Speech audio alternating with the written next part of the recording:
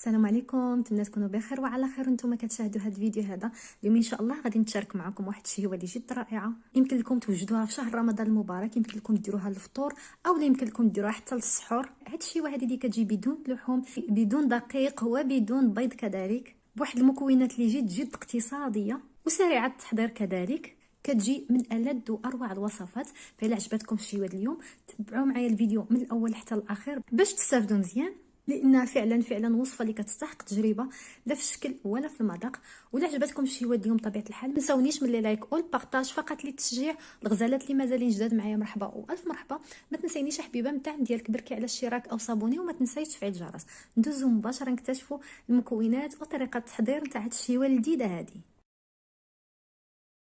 هنا كيف ما كتلاحظوا درت واحد الكميه نتاع البطاطا او البطاطس. اللي غيسولني على الكميه، ما كاينش واحد الكميه محدده، ممكن ديروا نتوما على حساب الرغبه او على حساب عدد الاشخاص اللي غيتناولوا هذه الوجبه هذه. انا استعملت هنايا تقريبا كيلو و800 غرام. انا كنقول لكم بالتقريب، ودائما كنقول لكم الكميه كتبقى راجعه على حسب كل واحد. خديت هاد البطاطا هذه كنقيها وكنقطعها قطع بحال هكايا، قطع صغيره يعني قطع عشوائيه، كتسهل علينا حتى في الطياب، ما كتاخذش وقت بزاف.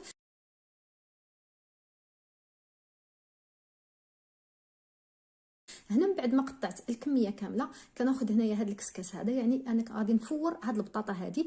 ما غاديش نسلقها، كاين اللي كيبغي يسلقها في الماء، ولكن انا كنفضل اننا نفوروها باش داك الماء ما كيدخلش فيها، باش ما كتوليش ميهه بزاف. خديت هنايا هذا الكسكاس هذا، المهم درت لتحت الماء، يعني غادي نطيبها على البخار، نهزها وكنوضعها فوق النار، كنخليها حتى كطيب مزيان. هنا خديت جوج حبات نتاع مطيشه او الطماطم اللي نقيتها، وهنا حبه بصل اللي متوسطه حتى هي نقيتها، وحبه نتاع الفلفله الخضراء. بالنسبه للفلفله كديروا اللون اللي نتوما بغيتوه. كنشدها وكنقطعها قطع صغيره بحال هكا. المهم بالنسبه للخضر فكتبقى راجع لكم نتوما كديروا الخضر اللي متوفر عندكم، يعني كيبقى لكم الاختيار، وحتى الكميه كيبقى لكم الاختيار، يعني على حسب عدد الاشخاص اللي غيتناولوا هذه الوجبه هذه. وفي نفس الوقت يعني الخضر داك اللي عندك في كوزينتك ممكن تستعمليها. كنولي ناخذ هاد الحبات هادو نتاع مطيشه حتى هما، وكنقطعهم قطع صغيره بحال هاد الشكل هكا. نفس الشكل كندير البصله حتى هي كنشدها وكنقطعها قطع صغيره بحال هاد الشكل هكا.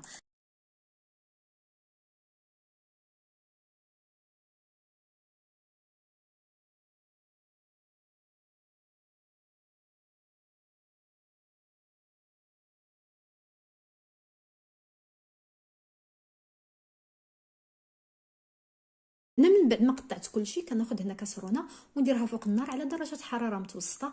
كندير فيها واحد الكميه تاع زيت الزيتون.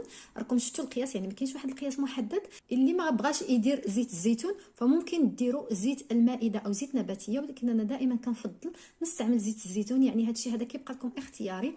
كنضيف هنايا القليل من الملح وكنخلط مزيان هادشي هذا، وكنغطي عليهم ونخليهم حتى يدبلوا شويه. هنا حليت عليهم، انتم كتشوفوا كيف بداو كيدبلوا. ضفت عليهم القليل من البابريكا او التحميره او الفلفل الاحمر، والقليل من البزار او الفلفل الاسود، وكنخلط هذا الشيء هذا مزيان. بامكانكم تضيفوهم في الاول مع الملح، يعني كيبقى لكم اختياري. المهم غادي نخلطهم هنايا مزيان، وغادي نغطي عليهم ونخليهم حتى يطيبوا مزيان. كنبقى مره نحل على هذا الخليط، كنبقى نخلطه باش يطيب لنا من جميع الجوانب، ماشي جهه طيب وجهه لا، وكنولي نغطي عليه. المهم انتم كتشوفوا الشكل ديالو من بعد ما طاب صافي. ملي كيولي على هذا الشكل هكا صافي كنحبس عليه.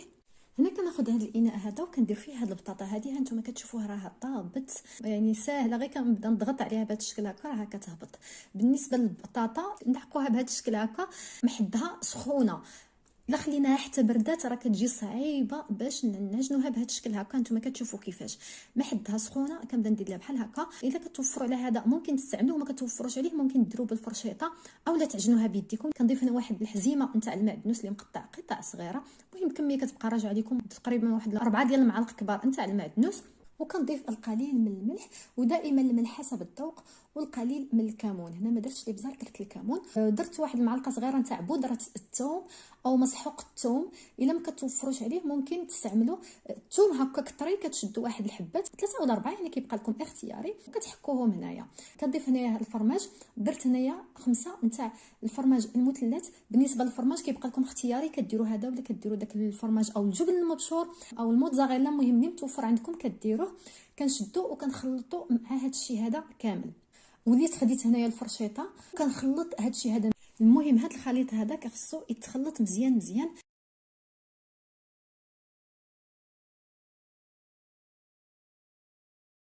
هنا كيف شفتوا خديت هذه المقله الثقيله ودرت عليها هنايا بابي كويسون او ورق الفرن. المهم بامكانكم ديروا هذه المقله الثقيله او داك البلاطو اللي كيدخل الفرن، المهم اي حاجه كتدخل الفرن ممكن تستعملوا فيها. ودرت فيها هنايا هذا الورق كيف قلت لكم باش تكونوا متاكدين انها ما تلتصقش نهائيا. المهم كناخذ نص ديال الكميه نتاع هذا الخليط نتاع البطاطا اللي وجدنا وكنوضعها هنايا وكنبدا نبسطها على هذا الشكل هكا بيدي، كنديرها على هذا الشكل دائري. المهم درتو في البلاطو اللي كيدخل الفرن كديروا على حساب داك البلاطو. هنايا كناخذ هذا الخليط هذا نتاع الخضر اللي وجدنا وكنوضعوه هنايا وكنسرحوه هكايا، كنبسطوا على هذه الطبقه هذه نتاع البطاطا كامله. كنخليه حتى مع الجوانب باين، يعني كيبقى لكم اختياري. انا بغيتو هكا يبان مع الجوانب، كيجي عاطي حتى شكل زوين، كيبانوا 3 ديال الطبقات. المهم كنبسطو بهذا الشكل هكا حتى كيتصايب مزيان. من بعد كناخذ داك النص الثاني نتاع داك الخليط البطاطا وكنوضعو هكا من الفوق وكنبدا بيدي كنبسطو، راه ما تنفع معاها خدمه اليد. كنبقى تبسطها على هذا الشكل هكا بيدي كيف ما كتشوفوا غير بشويه، باش داك الحشوه هذيك كتبقى في بلاصتها، يعني ماشي تبقاو تجروا البطاطا هكا والحشوه حتى هي تجر، لا كيف ما كتشوفوا راه كندير غير بشويه بشويه. في نفس الوقت الحشوه كنخليها في بلاصتها، كنبسطها هكا بيدي، كنسطحها مزيان من الوجه ديالها يعني حتى كتجي مقاده.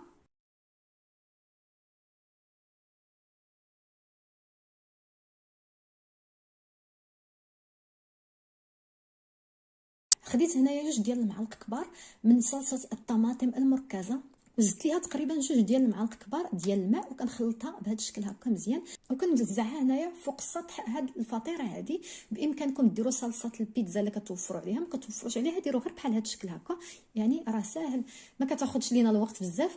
كنسرحها بهذا الشكل هكا. هنا كنزيد واحد الكميه نتاع الفرماج المبشور او الفرماج المحكوم، بامكانكم تضيفوا اي نوع عندكم او لا ديروا الموتزاريلا. المهم الفرماج اللي كتوفروا عليه ممكن ديروه اي نوعيه ممكن ديروها. كنغطي هذا السطح هذه نتاع هذه الفطيره. هنا كنضيف واحد القليل من الزيتون الاسود اللي بلا عظم، الا كتوفروا عليه بلا عظم دائري ممكن تضيفوه، ما كتوفروش عليه ديروا بحال هذا. كنحيد ليه العظم كنقطعوا على 2 وكنوزعوا بهذا الشكل هكا. انتم كتشوفوها كيف كتجي الشكل ديالها جد رائع، كيجيو هاد الطبقات هكا زوينين بزاف. مباشره كنهز الفطيره ديالي وكندخلها للفرن. الفرن اللي سبق لي وسخنته على درجه حراره 180 مشعول من الاسفل ومن الاعلى.